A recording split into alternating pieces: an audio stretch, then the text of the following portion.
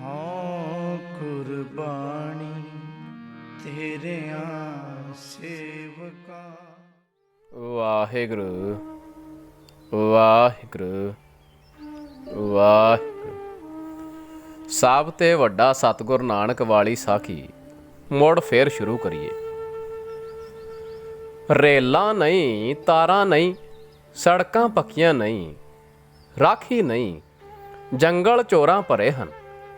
ਪੈਦਲ ਤੁਰਨਾ ਹੈ, ਪਰ ਉਹ ਡਿਊਟੀ ਦੀ ਨਾੜ ਪਛਾਣਨ ਤੇ ਸ਼ਿਖਰੇ ਲੈ ਜਾਣ ਵਾਲਾ 5 ਵੇਰ ਆਪਣੇ ਦੈਵੀ ਫਰਜ਼ ਅਦਾ ਕਰਨ ਨਿਕਲ ਟੁਰਿਆ ਹੈ। ਕੁਰਮ, ਅਫਗਾਨਿਸਤਾਨ, ਈਰਾਨ, ਬਗਦਾਦ, ਮੱਕੇ, ਮਿਸਰ ਤੇ ਪਰੇ ਤਾਈਂ, ਕਸ਼ਮੀਰ, ਤਿੱਬਤ, ਚੀਨ, ਅਸਾਮ, ਮਣੀਪੁਰ, ਪੂਰਬੀ ਟਾਪੂ ਤੇ ਲੰਕਾ ਤਾਈਂ, ਜਗਨਨਾਥ, ਬਨਾਰਸ, ਗੰਗਾ, ਰਾਮੇਸ਼ਰ, ਵਿੰਧਿਆਚਲ, ਸਿੰਧ, ਬਲੋਚਿਸਤਾਨ, ਸਾਰਾ ਹਿੰਦ ਫਿਰਦਾ ਹੈ। ਸੰਗਲਾ ਦੀਪ ਜਾਂਦਾ ਹੈ, ਪਰ ਆਪਣੇ ਸੱਚੇ ਪਿਤਾ ਦੇ ਦਿੱਤੇ ਫਰਜ਼ ਸ੍ਰਿਸ਼ਟੀ ਨੂੰ ਸ੍ਰਿਸ਼ਟੇ ਨਾਲ ਜੋੜਨ ਲਈ ਫਿਰਦਾ ਹੈ ਤੇ ਜੋੜਦਾ ਹੈ। ਇੱਧਰ ਇਕਲਾਖੀ ਕਮਾਲ ਵਿੱਚ ਵੀ ਡਿਊਟੀ ਦੇ ਹਿੱਸੇ ਨੂੰ ਦੇਖੋ ਕੀਕੂ ਨਿਭਾਉਂਦਾ ਹੈ, ਅਰ ਵਾਪਸ ਆ ਕੇ ਮਾਤਾ ਪਿਤਾ ਨੂੰ, ਜੋ ਉਸ ਨੂੰ ਪਿੱਤਰ ਭਗਤੀ ਦੇ ਫਰਜ਼ ਤੋਂ ਨੱਠ ਗਿਆ ਸਮਝ ਰਹੇ ਸਨ, ਦੈਵੀ ਨਿਯੋਤਾ ਦਿੰਦਾ ਹੈ। ਉਹ ਹੁਣ ਦੇਖਦੇ ਹਨ ਕਿ ਇਹ ਸਾਡਾ ਨਾਨਕ ਤਾਂ ਸਾਡਾ ਪੁੱਤ ਨਹੀਂ ਸੀ, ਇਹ ਤਾਂ ਰੱਬ ਦਾ ਪੁੱਤ ਸੀ ਤੇ ਇਸ ਨੇ ਤਾਂ ਸ੍ਰਿਸ਼ਟੀ ਤਾਰਨੀ ਸੀ। ਅਸੀਂ ਭੁੱਲੇ ਹੀ ਰਹੇ ਜੋ ਇਸ ਨੂੰ ਇਸ ਦੇ ਉੱਚੇ ਧਰਮ ਤੋਂ ਵਰਜ ਬਹਾਉਣ ਦੀ ਕਰਦੇ ਰਹੇ। ਹੁਣ ਜਦ ਇਹ ਸੋਝੀ ਮਿਲ ਗਈ ਤਾਂ ਗੁਰੂ ਉਹਨਾਂ ਦੇ ਅੰਦਰ ਵਾਹਿਗੁਰੂ ਪ੍ਰੇਮ ਦੀ ਕਣੀ ਪਾਉਂਦਾ ਹੈ, ਜੀ ਦਾਨ ਦਿੰਦਾ ਹੈ। ਮਾਤਾ ਪਿਤਾ ਦਾ ਹੁਕਮ ਮੰਨਣਾ ਇੱਕ ਡਿਊਟੀ ਸੀ। ਰਾਮ ਜੀ ਨੇ ਮੰਨਿਆ, ਚਾਹੇ ਉਸ ਵਿੱਚ ਪਿਤਾ ਵਿਯੋਗ ਖਾ ਕੇ ਪਰਲੋਕ ਜਾ ਬਸੇ। ਅਰਜਨ ਨੇ ਡਿਊਟੀ ਦਾ ਆਵਾਜ਼ਾ ਮੰਨਿਆ, ਚਾਹੇ ਉਸ ਯੁੱਧ ਵਿੱਚ ਨੇੜੇ ਤੋਂ ਨੇੜੇ ਦੇ ਆਪਣੇ ਤਲਵਾਰ ਦੀ ਘਾਟ ਉਤਰੇ। ਗੁਰੂ ਨਾਨਕ ਦੇਵ ਜੀ ਨੇ ਪਿਤਾ ਦਾ ਹੁਕਮ ਮੰਨਿਆ, ਕੀਕੂ ਰੱਬ ਰੂਪ ਹੋ ਕੇ ਪਿਤਾ ਅੱਗੇ ਸਿਰ ਨੀਵਾਂ ਪਾ ਕੇ ਖਰੇ ਸੌਦੇ ਵਾਲਾ ਗੁੱਸਾ ਸਹਾਰਿਆ। ਪਰ ਜਦ ਵੇਲਾ ਆਇਆ ਸੱਚੇ ਪਿਤਾ ਦੇ ਹੁਕਮ ਦੀ ਬਜਾਵਰੀ ਦਾ, ਤਦ ਆਪ ਨੇ ਪਿਤਾ ਦੇ ਹੁਕਮ ਮੰਨਣ ਤੋਂ ਉਚੇਚੀ ਡਿਊਟੀ ਨੂੰ ਸਿਆਣਿਆ। ਵਾਹਿਗੁਰੂ ਦੀ ਸ੍ਰਿਸ਼ਟੀ ਨੂੰ ਤਾਰਨ ਦਾ ਹੁਕਮ ਜਦ ਵੇਈ ਵਿੱਚ ਆਇਆ ਤਾਂ ਧਨ ਧਾਮ, ਇਸਤਰੀ ਪੁੱਤਰ, ਮਾਤਾ ਪਿਤਾ ਸਭ ਨੂੰ ਛੱਡ ਕੇ ਇਲਾਹੀ ਕੰਮ ਕਰਨ ਚਲੇ ਗਏ। ਜ਼ਾਹਰਾ ਤਾਂ ਜਾਪਦਾ ਹੈ ਕਿ ਪਿਤਾ ਵੰਨੇ ਜੋ ਡਿਊਟੀ ਸੀ ਕਾਂਪ ਖਾ ਗਈ। ਹੁਣ ਸਾਧੂ ਹੋ ਕੇ ਨਿਕਲ ਗਏ ਹਨ, ਮਾਂ ਬਾਪ ਤੋਂ ਤਰੁੱਟ ਗਏ ਹਨ। ਪਰ ਦੇਖੋ, ਜਦ ਪਹਿਲਾ ਦੌਰਾ ਆਪਣੇ ਅਰਸ਼ੀ ਫਰਜ਼ ਦਾ ਕਰਕੇ ਆਉਂਦੇ ਹਨ ਤਾਂ ਮਾਤਾ ਪਿਤਾ ਨੂੰ ਮਿਲਦੇ ਹਨ। ਭਗਵੇਂ ਪਹਿਨਣ ਦੀ ਲਾਜ ਪਰਦਾ ਕੋਈ ਨਹੀਂ ਬਣਦੀ। ਉਹ ਆਪਣੇ ਪ੍ਰੀਤੀ ਫਰਜ਼ ਨੂੰ ਜਾਣਦੇ ਹਨ ਤੇ ਪਛਾਣਦੇ ਹਨ, ਉਹਨਾਂ ਦੀ ਸੱਚੀ ਸੇਵਾ ਕਰਦੇ ਹਨ। ਹਾਂ, ਉਹਨਾਂ ਨੂੰ ਜੀਅ ਦਾਨ ਦਿੰਦੇ ਹਨ, ਵਾਹਿਗੁਰੂ ਦੇ ਪ੍ਰੇਮ ਵਿੱਚ ਲਿਆਉਂਦੇ ਹਨ। ਉਹ ਦੋਵੇਂ ਹੁਣ ਆਤਮ ਜਾਗਤਰ ਵਿੱਚ ਆ ਕੇ ਪੁੱਤਰ ਨੂੰ ਦੇਵ ਗੁਰੂ ਵੇਖਦੇ ਹਨ ਤੇ ਪੁੱਤਰ ਜਾਣ ਕੇ ਸੇਵਾ ਕਰਾਉਣ ਸ਼ਰਮਦੇ ਹਨ। ਵਾਹਿਗੁਰੂ ਦੀ ਜੋਤੀ ਨੂੰ ਉਸ ਵਿੱਚ ਤੱਕਦੇ ਹਨ ਤੇ ਪਰਮ ਸੁਖੀ ਹੋ ਜਾਂਦੇ ਹਨ। ਭੈਣ ਨੂੰ ਤਾਂ ਰੱਬ ਵੱਲੋਂ ਪਹਿਲਾਂ ਹੀ ਸੋਝੀ ਹੋ ਗਈ ਸੀ ਕਿ ਵੀਰ ਤਾਂ ਅਰਸ਼ੀ ਨੂਰ ਹੈ। ਭੈਣ ਜਦ ਯਾਦ ਕਰੇ ਕੋਮਲ ਤੇ ਅਰਸ਼ੀ ਭਾਵਾਂ ਤੇ ਰੂਹਾਨੀ ਵਲਵਲਿਆਂ ਦਾ ਸਤਿਕਾਰ ਹੀ ਗੁਰੂ ਨਾਨਕ ਝੱਟ ਦਰਸ਼ਨ ਦਿੰਦਾ ਸੀ। ਕੈਸਾ ਇਕਲਾਖੀ ਤੇ ਰੂਹਾਨੀ ਡਿਊਟੀ ਦਾ ਕਮਾਲ ਹੈ। ਹਾਂ ਜੀ, ਜਦੋਂ ਪਰਦੇਸੀ ਟੁਰਨ ਲੱਗੇ ਸਨ ਤਾਂ ਕੀ ਨਕਸ਼ਾ ਸੀ। ਇਸਤਰੀ ਰੋਂਦੀ ਹੈ, ਆਖਦੀ ਹੈ, ਬੱਚੇ ਨਿਆਣੇ ਹਨ, ਤੁਸੀਂ ਟੁਰ ਚੱਲੇ ਹੋ, ਮੈਂ ਕਿਸ ਆਸਰੇ ਜੀਵਾਂ। ਤਾਂ ਆਖਦੇ ਹਨ, ਮੈਂ ਮਾਲਕ ਦੀ ਨੌਕਰੀ ਕਰਨੀ ਹੈ, ਤੇਰਾ ਉਹ ਰਾਖਾ ਹੈ। ਇਸਤਰੀ ਤੇ ਨਿਆਣੇ ਬੱਚੇ ਛੱਡ ਕੇ ਡਿਊਟੀਆਂ ਸਿਰ ਡਿਊਟੀ ਲਈ ਉੱਠ ਤੁਰੇ। ਪਰ ਜਦ ਅੰਤ ਕਰਤਾਰਪੁਰ ਜਾ ਵਿਰਾਜੇ, ਇਸਤਰੀ ਨੂੰ ਵੀ ਰੱਬੀ ਨੂਰ ਦਾ ਹਿੱਸਾ ਦਿੱਤਾ, ਪੁੱਤਰਾਂ ਨੂੰ ਵੀ ਵਾਹਿਗੁਰੂ ਵਿੱਚ ਲਾਇਆ, ਜਿਨ੍ਹਾਂ ਦੀ ਉਦਾਸੀ ਸੰਪਰਦਾ ਅੱਜ ਤੱਕ ਚੱਲਦੀ ਆ ਰਹੀ ਹੈ। ਇਸ ਗੱਲੋਂ ਨਹੀਂ ਸੰਕੋਚ ਕੇ ਹੁਣ ਇਸਤਰੀ ਨੂੰ ਜੋ ਪੇਕੇ ਘਰ ਅਤ ਦੁਖੀ ਹੈ, ਸ਼ਰਨ ਦਿੱਤਿਆਂ ਭੇਖੀਆਂ ਵੱਲੋਂ ਹਾਸੋਹੀਣੀ ਹੋਵੇਗੀ। ਉਸ ਨਿਰਭੈ ਸੱਚ ਦੇ ਉਪਾਸ਼ਕ ਨੇ ਇਸਤਰੀ ਦੇ ਬੱਚਿਆਂ ਨੂੰ ਸ਼ਰਨ ਦਿੱਤੀ।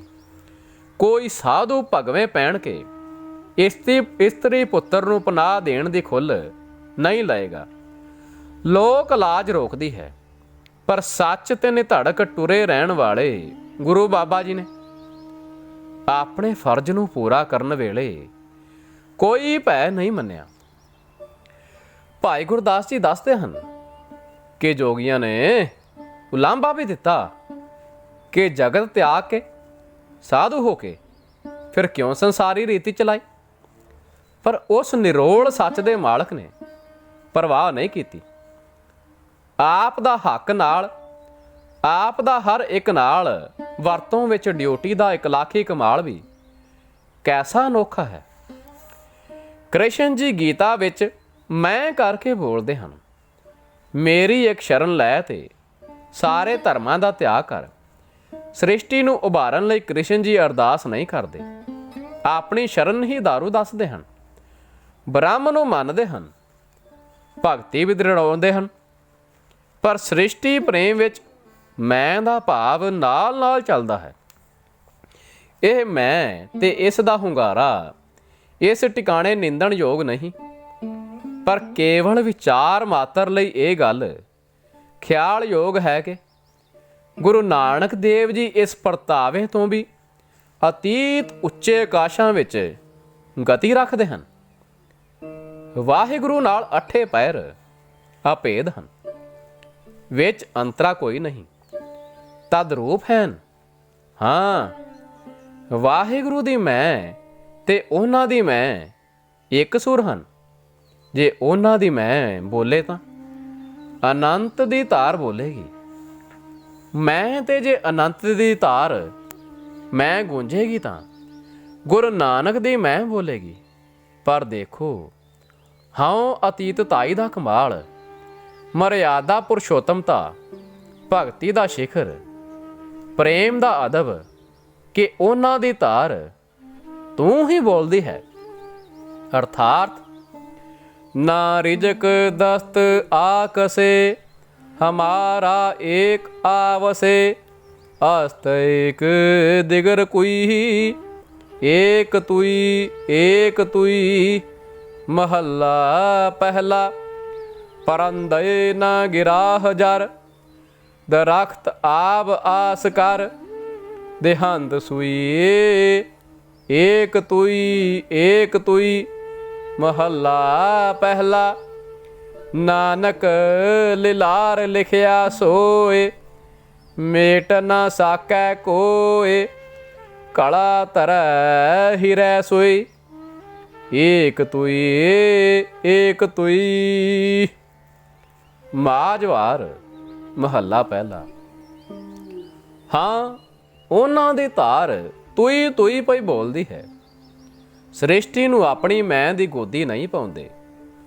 ਮੈਂ ਭੁਲਾਵਾ ਦੇ ਜਾ ਸਕਦੀ ਹੈ, ਸ੍ਰਿਸ਼ਟੀ ਨੂੰ ਤੂੰ ਤੂੰ ਦੀ ਗੋਦ ਪਾਉਂਦੇ ਹਨ। ਇਸ ਵਿੱਚ ਹਾਂ ਨਿਰਮੂਲ ਰਹਿੰਦੀ ਹੈ। ਵੇਖੋ, ਜਦੋਂ ਜਗਤ ਦਾ ਦੁੱਖ ਦੇਖਦੇ ਹਨ ਤਾਂ ਨਹੀਂ ਆਖਦੇ ਕਿ ਦਰਵਾਜ਼ਾ ਮੈਂ ਹਾਂ, ਇੱਕ ਮੇਰੀ ਸ਼ਰਨ ਪਕੜੋ, ਸਗੋਂ ਉਸ ਵਾਹਿਗੁਰੂ ਜੀ ਅੱਗੇ ਅਰਦਾਸ ਕਰਦੇ ਹਨ। ਕਹੈ ਨਾਨਕ ਜੀ ਵਾਲੈ ਜੀਆ, ਜਹ ਭਾਵੈ ਤਹ ਰਾਖ ਤੁਹੀ। ਜਗਤ ਦੀ ਪੀੜਾ ਨੂੰ ਹਰਨਾ ਚਾਹੁੰਦੇ ਹਨ। ਪੀੜਾ ਹਰਨ ਲਈ ਸਾਰੀ ਉਮਰ ਜਗਤ ਵਿੱਚ ਫਿਰੇ ਹਨ। ਜੇ ਕਰਤਾਰਪੁਰ ਆ ਟਿਕੇ ਹਨ, ਪੀੜਾ ਹਰਨ ਦੀ ਹੀ ਚਿਕਿਤਸਾਸ਼ਾਲਾ ਟੋਰੀ ਹੈ। ਪਰ ਸਦਾ ਵਾਹਿਗੁਰੂ ਵਿੱਚ ਅਭੇਦ ਰਹਿਣ ਵਾਲੇ ਦਾਤਾ ਜੀ ਉਸੇ ਅੱਗੇ ਅਰਦਾਸ ਕਰਦੇ ਹਨ ਤੇ ਕਿਸ ਹਉ ਅਤੀਤਤਾਈ ਨਾਲ ਅਰਦਾਸ ਕਰਦੇ ਹਨ। ਜਹ ਭਾਵੇ ਤਹ ਰਾਖ ਤੁਹੀ।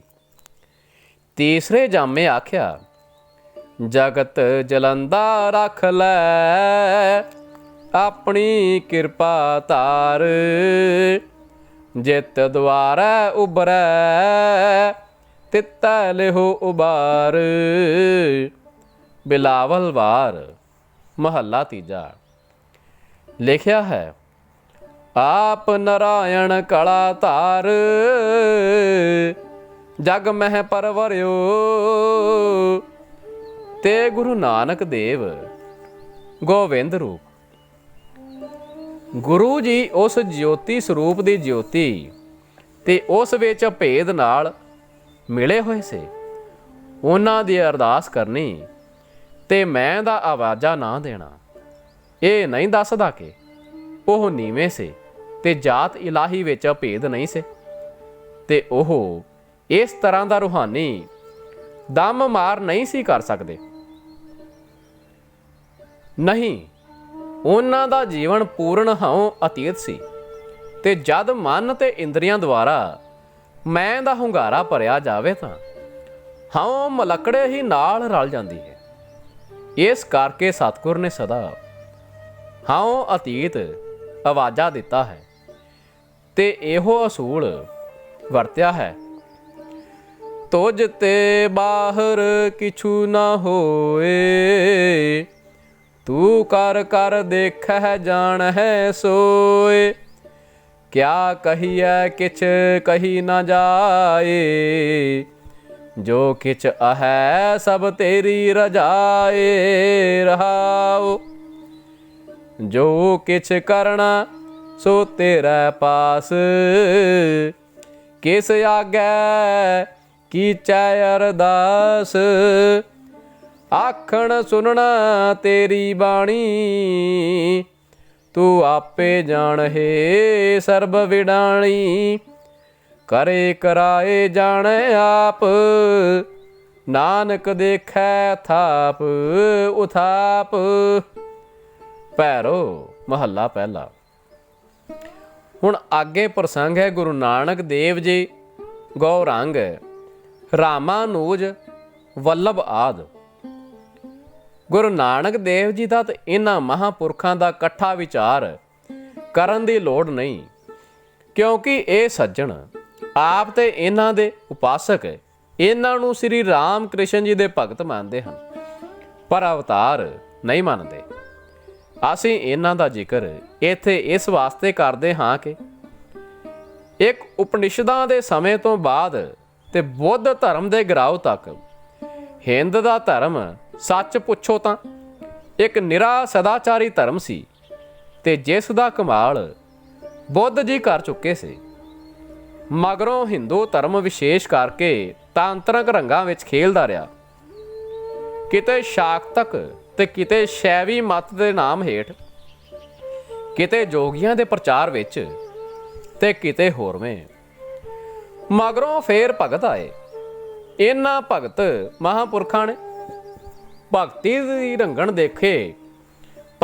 ਰੰਗਣ ਦੇ ਕੇ ਮੌਜੂਦਾ ਹਿੰਦੂ ਧਰਮ ਬਣਾਇਆ ਹੈ।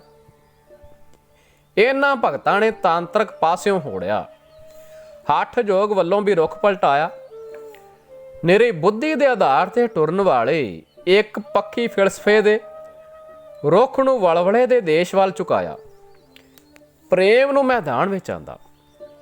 ਪਰੰਤੂ ਇਹਨਾਂ ਦਾ ਅਤੇ ਇਹਨਾਂ ਦੇ ਵਧੀਕ ਸੁਤੰਤਰਤਾ ਵੱਲ ਗਏ ਮਗਰੋਂ ਆਏ ਕਬੀਰ, ਨਾਮਦੇਵ, ਰਵਿਦਾਸ, ਪੀਪਾ ਸੈਣ, ਸਦਨਾ ਬੇਣੀ ਆਦਿ ਭਗਤਾਂ ਦਾ ਕੰਮ ਇਸ ਤਰ੍ਹਾਂ ਦਾ ਹੈ। ਕੋਈ ਖੋਜੀਆਂ ਦਾ ਖਿਆਲ ਹੈ ਕਿ ਇਹ ਸਾਰੇ ਜਾਂ ਇਹਨਾਂ ਵਿੱਚੋਂ ਕਈ ਭਗਤ ਗੁਰੂ ਨਾਨਕ ਦੇਵ ਜੀ ਨੂੰ ਮਿਲ ਕੇ ਗਏ ਹਨ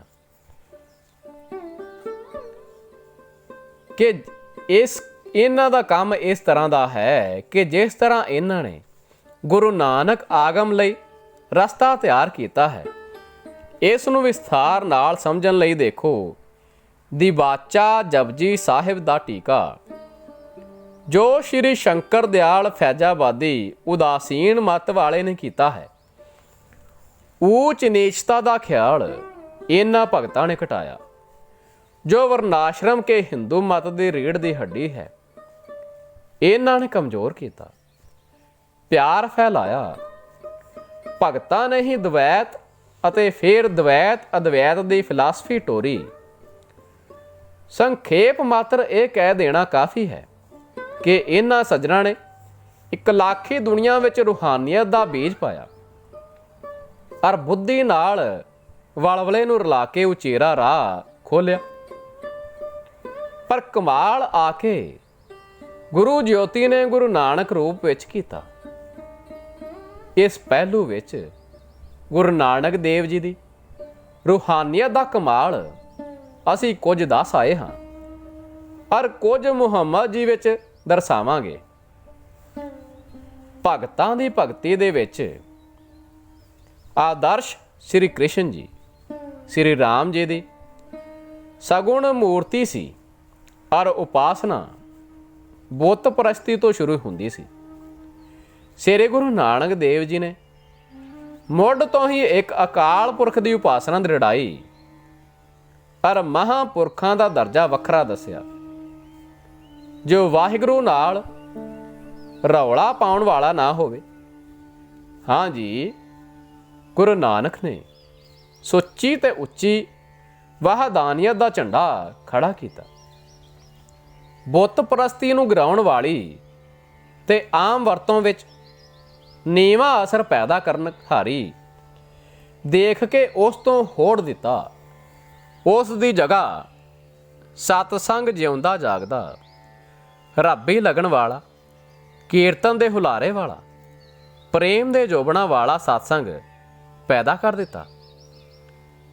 ਕਰੜੇ ਤਪਾਂ ਤੇ ਤਮੋ ਗੁਣੀ ਹੱਠਾਂ ਦੀ ਥਾਂ ਵਾਹਿਗੁਰੂ ਦਾ ਕੀਰਤਨ ਬਖਸ਼ਿਆ। ਵਾਹਿਗੁਰੂ ਨਾਮ ਦੀ ਸਾਧਨਾ ਨਾਲ ਸਹਿਜ ਸਮਾਦ ਤੇ ਲੇਵ ਦਾ ਆਦਰਸ਼ ਕਾਇਮ ਕੀਤਾ। ਭਗਤ ਕੀਰਤਨ ਕਰਦੇ ਸਨ, ਪਰ ਉਹਨਾਂ ਦਾ ਕੀਰਤਨ ਸਾਈਂ ਅੱਗੇ ਨਾਚਾਂ ਸੰਯੁਕਤ ਸੀ। ਪਰ ਇਹ ਨਾਚ ਸੰਕੀਰਤਨ ਲੋਕਾਂ ਨੂੰ ਸੰਸਾਰੀ ਨਾਚਾਂ ਵਿੱਚ ਲੈ ਗਿਆ। ਗੁਰੂ ਨਾਨਕ ਦੇਵ ਜੀ ਨੇ ਉਂਗਲ ਖੜੀ ਕਰਕੇ ਮਣੇ ਕਰ ਦਿੱਤਾ। ਤੇਜੇ ਸਾਹਿਬਾਂ ਨੇ ਫਰਮਾਇਆ, ਸਰੀਰ ਨਾਲ ਨਾ ਨੱਚੋ, ਪਰ ਨਾਚ ਰੇ ਮਨ ਗੁਰ ਕੈ ਆਗੈ। ਗੂਜਰੀ ਮਹੱਲਾ ਤੀਜਾ। ਉਹਨਾਂ ਨੇ ਸਰੀਰ ਦਾ ਨਾਚ ਨੱਚਣ ਕੁੱਦਣ ਮਨ ਕਾ ਚਾਓ ਦੱਸ ਕੇ ਮਨ ਕੀਤਾ। ਵੇਖੈ ਲੋਕ ਹਸੈ ਘਰ ਜਾਏ, ਰੋਟੀਆਂ ਕਾਰਨ ਪੂਰੇ ਤਾਲ, ਆਪ ਪਛਾੜਹਿ ਧਰਤੀ ਨਾਲ। ਗਾਵਨ ਗੋਪੀਆ ਗਾਵਨ ਕਾਨ, ਗਾਵਨ ਸੀਤਾ ਰਾਜੇ ਰਾਮ। ਵਾਲੇ ਗਿਰਾਓ ਵੱਲ ਲੈ ਗਏ ਕੀਰਤਨ ਨੂੰ, ਉੱਡ ਉੱਡ ਰਾਵਾ ਝਾਟੈ ਪਾਏ। ਕਹਿ ਕੇ ਮਣੇ ਕਰਕੇ ਫਰਮਾਇਆ, ਨਾਨਕ ਜਿਨ ਮਨ ਭਉ ਤਿਨਾ ਮਨ ਪਾਉ। ਪੰਜਵੇਂ ਸਤਿਗੁਰਾਂ ਨੇ ਫਰਮਾਇਆ ਹੈ, ਨਿਰਬਾਣ ਕੀਰਤਨ ਗਾਵਹੁ, ਕਰਤੇ ਕਾ ਨਿਮਕ ਸਿਮਰਤ ਜਿਤ ਛੂਟੇ। ਸੂਹੀ ਮਹੱਲਾ ਪੰਜਵਾਂ। ਪੁਨਾ ਕੀਰਤ ਪ੍ਰਭ ਕੀ ਗਾਓ ਮੇਰੀ ਰਸਨਾ। ਕਾਨੜਾ ਮਹੱਲਾ ਪੰਜਵਾਂ।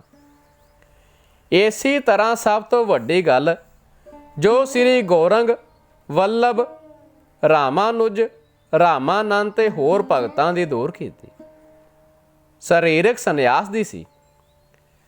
ਸ੍ਰੀ ਗੁਰੂ ਨਾਨਕ ਦੇਵ ਜੀ ਨੇ ਗ੍ਰਸਥੀ ਰਹਿਣਾ, ਗ੍ਰਸਥ ਵਿੱਚ ਫਰਜ਼ ਅਦਾ ਕਰਨੇ, ਖੱਟਣਾ ਘਾਲਣਾ ਫੇਰ ਦੇਣਾ, ਦੇ ਕੇ ਭਲਾ ਮਨਾਉਣਾ। ਗ੍ਰਸਥ ਵਿੱਚ ਰਹਿਣਾ ਪਰ ਲੰਪਟ ਨਾ ਹੋਣਾ। ਮਨ ਦੀ ਲਗਨ ਹਰ ਘੜੀ ਬੇਅੰਤ ਵੱਲ ਰੱਖਣੀ, ਇਹ ਮੱਤ ਦਿੱਤੀ।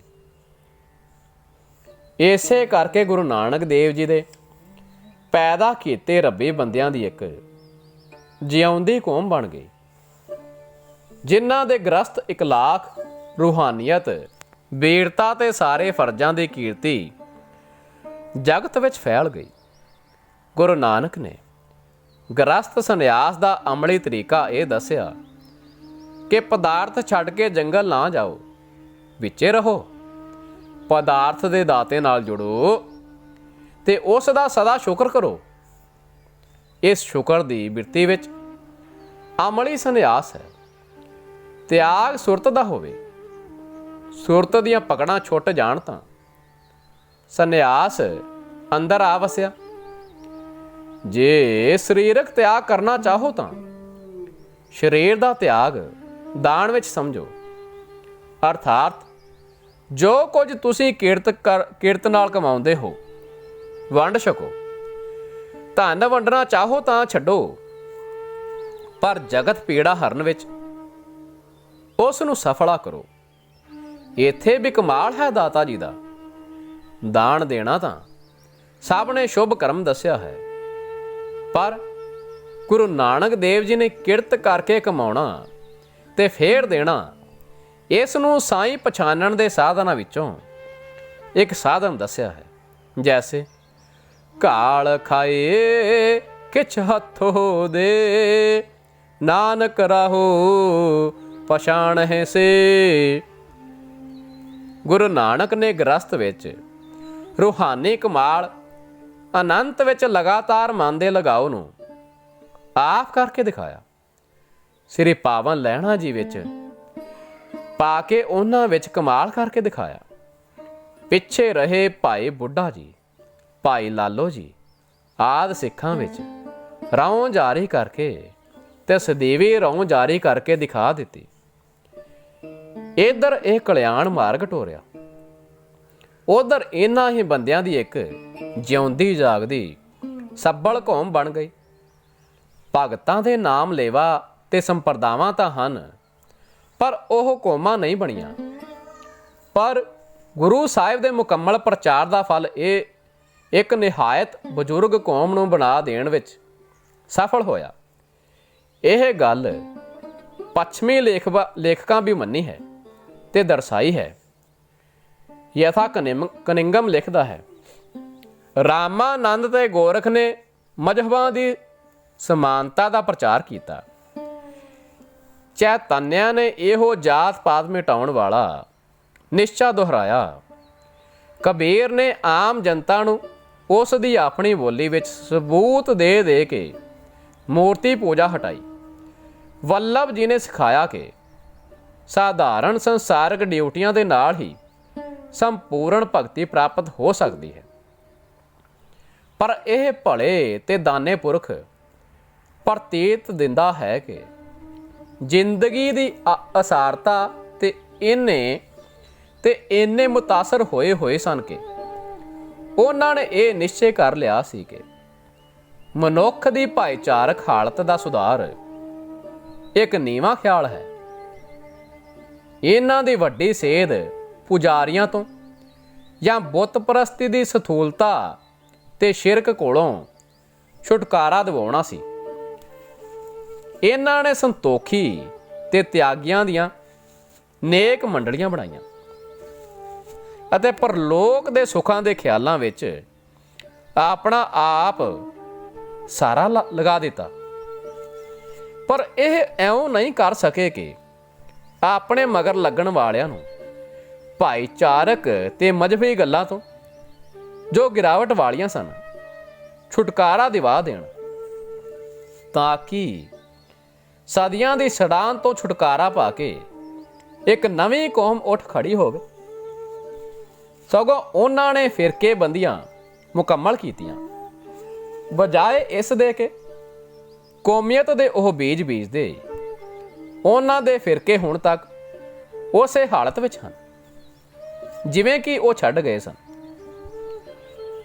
ਪਰ ਇਹ ਗੱਲ ਗੁਰੂ ਨਾਨਕ ਲਈ ਹੀ ਮਖਸੂਸ ਰਹੀ ਕਿ ਸੁਧਾਰ ਦੇ ਸੱਚੇ ਅਸੂਲਾਂ ਨੂੰ ਠੀਕ ਤਰ੍ਹਾਂ ਪਛਾਣਨ ਤੇ ਆਪ ਨੇ ਉਹ ਵਿਸ਼ਾਲ ਨੀਹਾਂ ਰੱਖੀਆਂ ਜਿਨ੍ਹਾਂ ਕਰਕੇ ਉਹਨਾਂ ਦੇ ਜਾਣਸ਼ੀਨ ਗੁਰੂ ਗੋਬਿੰਦ ਸਿੰਘ ਜੀ ਨੇ ਆਪਣੇ ਦੇਸ਼ ਵਾਸੀਆਂ ਦੇ ਮਨ ਵਿੱਚ ਇੱਕ ਨਵੀਨ ਕੌਮੀਅਤ ਨਾਲ ਪ੍ਰਜਵਲਿਤ ਕਰ ਦਿੱਤੇ।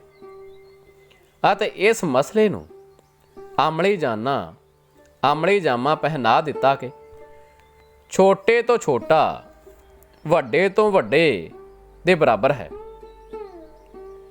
ਅਤੇ ਇਹ ਬਰਾਬਰੀ ਜਿਵੇਂ ਨਸਲ ਵਿੱਚ ਤਿਵੇਂ ਈਮਾਨ ਵਿੱਚ ਹੈ, ਜਿਵੇਂ ਮਜ਼ਹਬੀ ਉਮੀਦਾਂ ਵਿੱਚ ਤਿਵੇਂ ਰਾਜਨੀਤਿਕ ਹੱਕਾਂ ਵਿੱਚ ਇੱਕੋ ਜਿਹੀ ਹੈ। ਭਾਵ ਇਹ ਕਿ ਇੱਕ ਜਿਉਂਦੀ ਜਾਗਦੀ ਸੱਬਲ ਕੌਮ ਬਣਾ ਦਿੱਤੀ। ਵਾਹਿਗੁਰੂ ਵਾਹਿਗੁਰੂ ਵਾਹਿਗੁਰੂ।